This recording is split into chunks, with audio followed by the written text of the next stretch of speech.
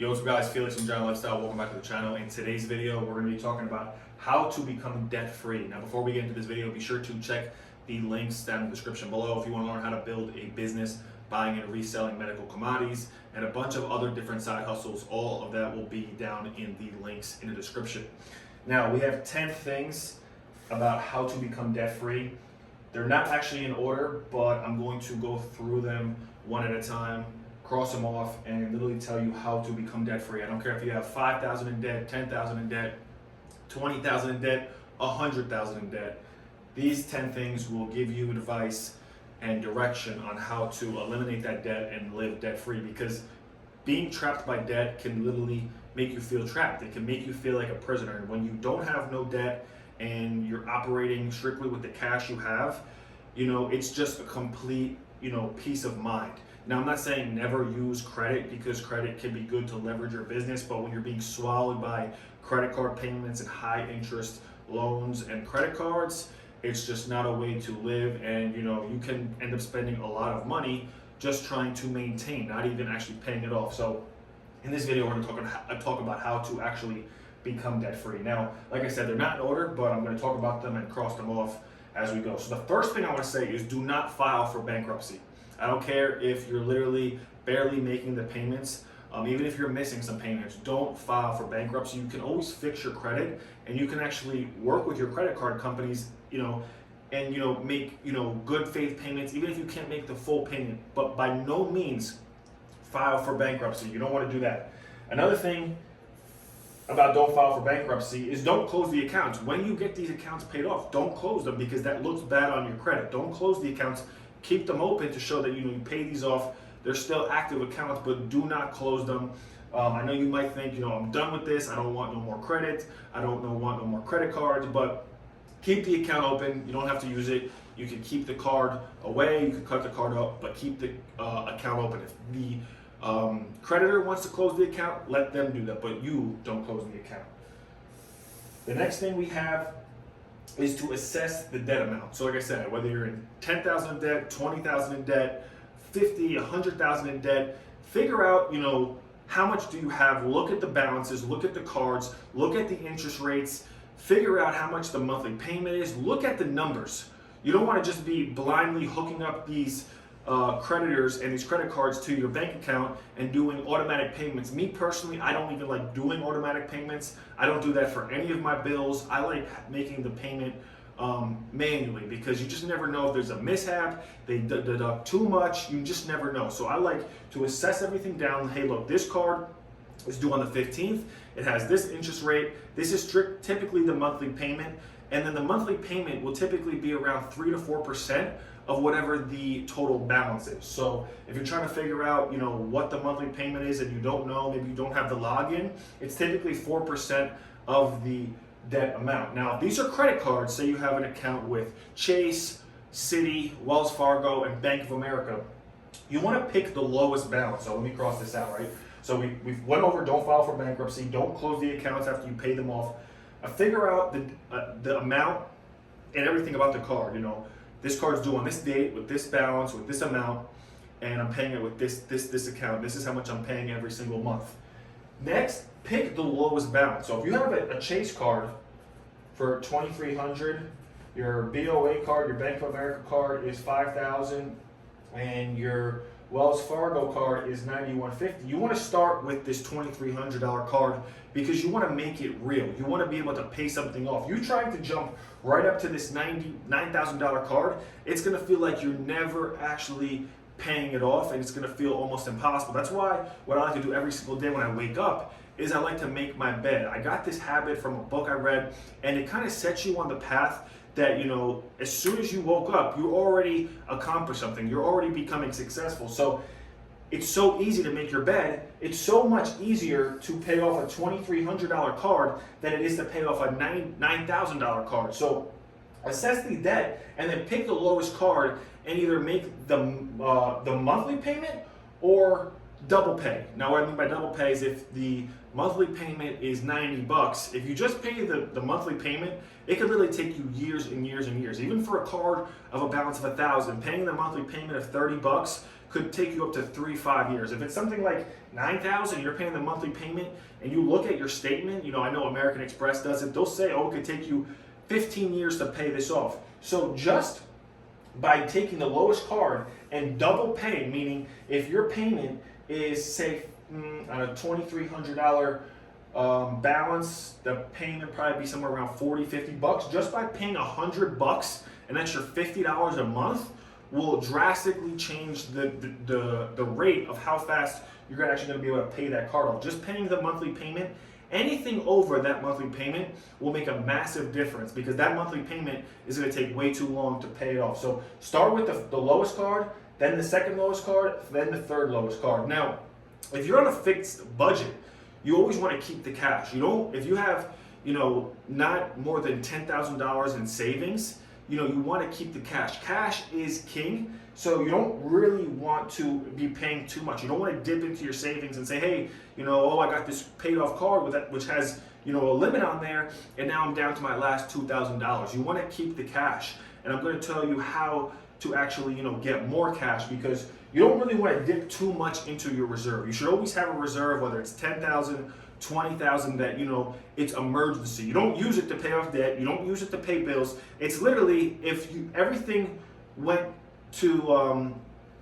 fell apart, this is your reserve money. So you don't want to reserve your money. You actually want to keep the cash, but you want to try and double pay. Like I said, you double pay, and if your minimum payment is $50 and you're paying $100 a month, you will be surprised how much faster you're actually able to pay that card off. Now, if you're on a fixed income, maybe you make $2,000, $3,000, $4,000 a month from your job, you want to check out my channel or other channels like mine, where you can learn how to be a medical commodities reseller. You can learn how to buy and resell pallets. You can learn how to be an independent courier. You can learn how to wholesale real estate. You can learn all these different businesses so that you can create more income, because if you're on a fixed income and maybe you can only throw $500 towards your savings, you're not going to be able to pay it off fast enough. And that's another thing. If you're on a fixed income, you're making less than $5,000 a month, don't stress, oh, let me try to set up this mutual fund account. Oh, let me buy Bitcoin.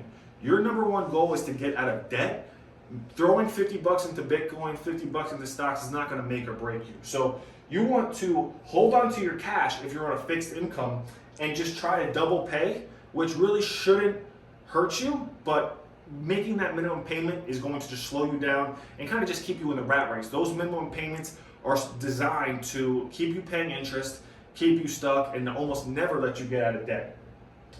Another thing you could do is ask for a no interest program. Now, some companies will do this, some won't, but you can ask them for like a grace period, especially if you have a lot of on-time payments, you've never been late with them. You can say, hey, for the next 6 months, do you guys have any promotional offers where if you could drop maybe the interest rate from 20 to 10%, or maybe for the next 2 months, there's no interest.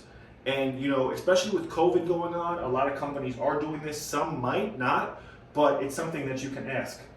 Now, if you do have another thing I want to say, for people who are on a fixed income, like I said, check my channel out. You want to be able to create more income. People will be surprised how much just an extra $1,000, $2,000, $3,000 a month will do for your life. An extra $3,000 per month, if you're on a fixed income of say $3,000 and you go from 3 to 6, that will drastically change your life. That's almost an extra $50,000. It's an extra $36,000 a year, but close to $40,000 a year if you're able to make $100 a day, which is $3,000 a month. So if you're on a fixed income and $50, an extra doubling the payment every month is maybe hard for you, you want to focus on creating more income. Get the knowledge, read, educate yourself, watch YouTube videos, check out my channel, check out other channels on the side hustles, side gigs. You could keep your main job, you could keep your career, but get something else that will bring income in that you could dedicate 5-10 hours a month to, that can make you an extra $500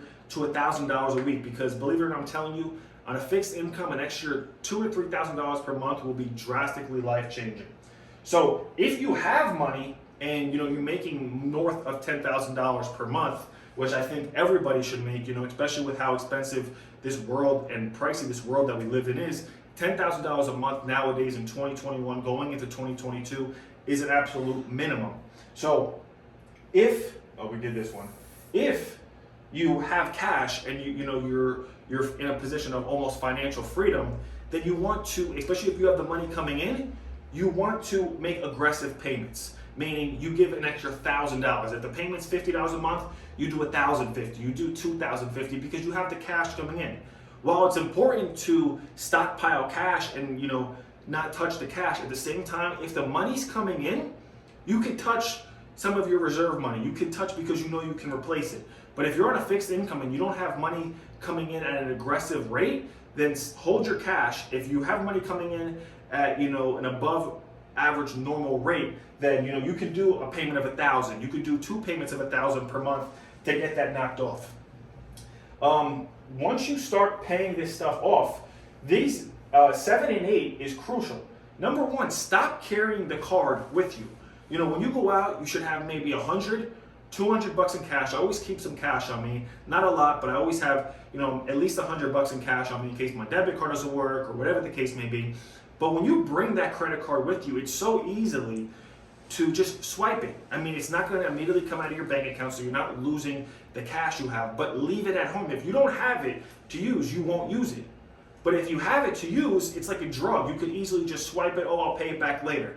But then it gets charged to your account, updates your balance, interest hits it. Leave it at home. You can even cut it up. Like I said, don't close the account, but leave that credit card at home. And then the next thing, we went over that, pick the lowest balance, okay. And then the next thing is you really have to budget. If you're on a fixed budget, and that's why it's so important to create more income, because if you're on a fixed budget, you might have to stop going out to dinner. You might have to get rid of the car. You might have to stop going out and having fun. When I first started my business, I wasn't going out and having fun. I mean, even to this day where I've built successful businesses, I'm still very diligent and disciplined on what I do from day to day. Yes, I like to travel. Yes, I like to have fun. Yes, I like to enjoy myself. But if you're getting swallowed in interest and debt, you don't want to be going out there and buying $100 dinners. You don't want to be going out there and paying $600, $500. You won't believe how many people are on a fixed income with a $500 a month car note. So there you guys have it. Those are 10 things that if you implement them, I know they're not in perfect order, but if you implement them by, figuring out how much debt you actually have, start by paying the lowest amount so it feels real, so you can, get that $2,300 balance out the way and then go for the $5,000. Get that out the way, then go for the $9,100 one. Keep the cash. If you're on a fixed budget, keep your cash and try to double pay. Ask your creditor for a no interest program. Don't close the accounts, no matter how mad, frustrated, or disappointed you might be that you have these, shark-like creditors just tacking interest on. Don't close the accounts. Once you pay it off, keep it. I'll make more videos on how to actually leverage credit, how to use credit smart so you don't get put back into this position. Aggressive payments, if you are in a position where the money is coming in, if you're making $2,500, $5,000 a week, you can make aggressive payments. Leave the credit card at home. Don't bring it out with you because it makes it readily available to use. Budget. No dinners, get rid of the car if you have to, stop going out, get more income, get a side hustle, do freelancing, get more income coming in every month, and then don't file for bankruptcy, because if you follow these 10 tips, you will be able to pay off your debt, get rid of that massive weight on your shoulders, and be able to live a life of being free of debt. So hope that helps. Like I said, any links or information about side hustles are down in the description below, whether it's medical commodities, being an independent courier, real estate, pallets, whatever it is, that's all in the description below for you to create more income. Be sure to hit the subscribe button and the like button for more videos just like this, and I'll see you guys in the next video. Peace.